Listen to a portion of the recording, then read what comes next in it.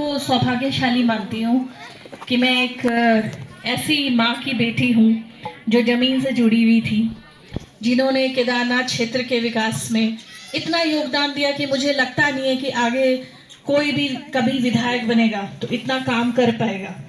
मैं जिस भी गांव में जा रही हूँ वहाँ लोग मुझे बोलते हैं, दीदी ये सड़क जिससे आप आए ये मैडम की देन है। मैं ऊपर जाती हूँ तो मुझे बोलते हैं कि पंचायती भवन मैडम की देन है, ये रास्ता मैडम की देन है, ये स्कूल मैडम की देन है। तो मुझे इतनी खुशी होती है। हम जीवन में, मैं एक चीज मानती हूँ, जन्म और मरण तो सबका ही होता है। सब जीवन में पैदा होते हैं, मरते हैं, परिवार होता है, लेकिन कुछ लोग ऐसे होते हैं जो समाज के लिए बहुत कुछ करके जाते हैं।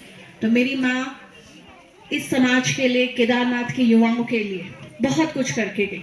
और मेरा सौभाग्य, आज अगर आप मुझे देख रहे हैं और ये जो मुझे प्यार मिल रहा है, इसका पूरा श्रेय मेरी माँ को जाता है। क्योंकि मेरी माँ ने 40 साल क्षेत्र में रह के इतना काम किया कि आज भी लोग उनको वो प्यार और सम्मान देते हैं। और मैं ये चाहती हूँ कि आगे भी, मेरा राजनीतिक सफ़र शुरू हो गया है, तो आप लोग ये प्यार और ये अपनापन और ये अपना जो एक सहयोग है वो मुझे आगे भी दें। उपचुनाव हुआ और भाग्य कहिए कि हमें टिकट नहीं मिला। अगर आज मैं यहाँ की विधायक होती और मेरे हाथ में वो ताकत होती तो परिदृश्य बिल्कुल अलग होता। क्योंकि जो रुके हुए काम थे हमने उनको केवल आगे बढ़ाना था, लेकिन पार्टी का निर्णय था।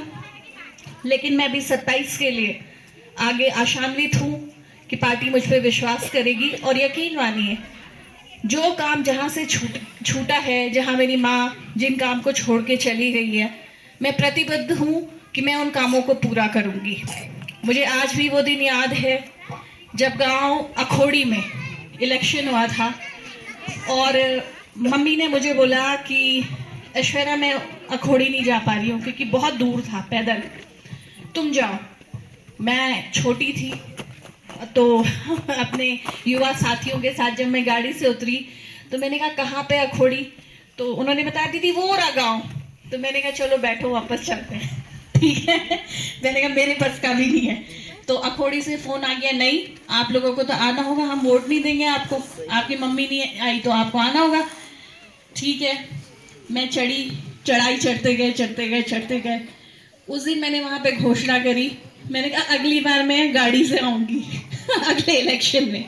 और वो बात सच हुई, जब मैं अगली बार गई तो वहां सड़क चली गई थी अखोड़ी गांव में।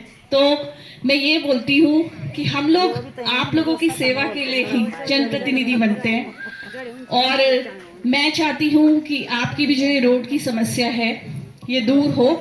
लेकिन जहाँ मेरे संज्ञान में बात आई है कि ये आपस में ही कुछ आपसी विवाद है, तो आप लोगों को बैठ के इसको सुलझाना पड़ेगा। अगर आप चाहते हैं कि हम लोग इसमें अपनी भागीदारी दें तो आप लोग आइए, बैठते हैं, कोई रास्ता निकालते हैं। क्योंकि मुझे जहाँ तक पता चला कि माताजी ने भी इसका समाधान निकालने की बहुत कोशिश करी।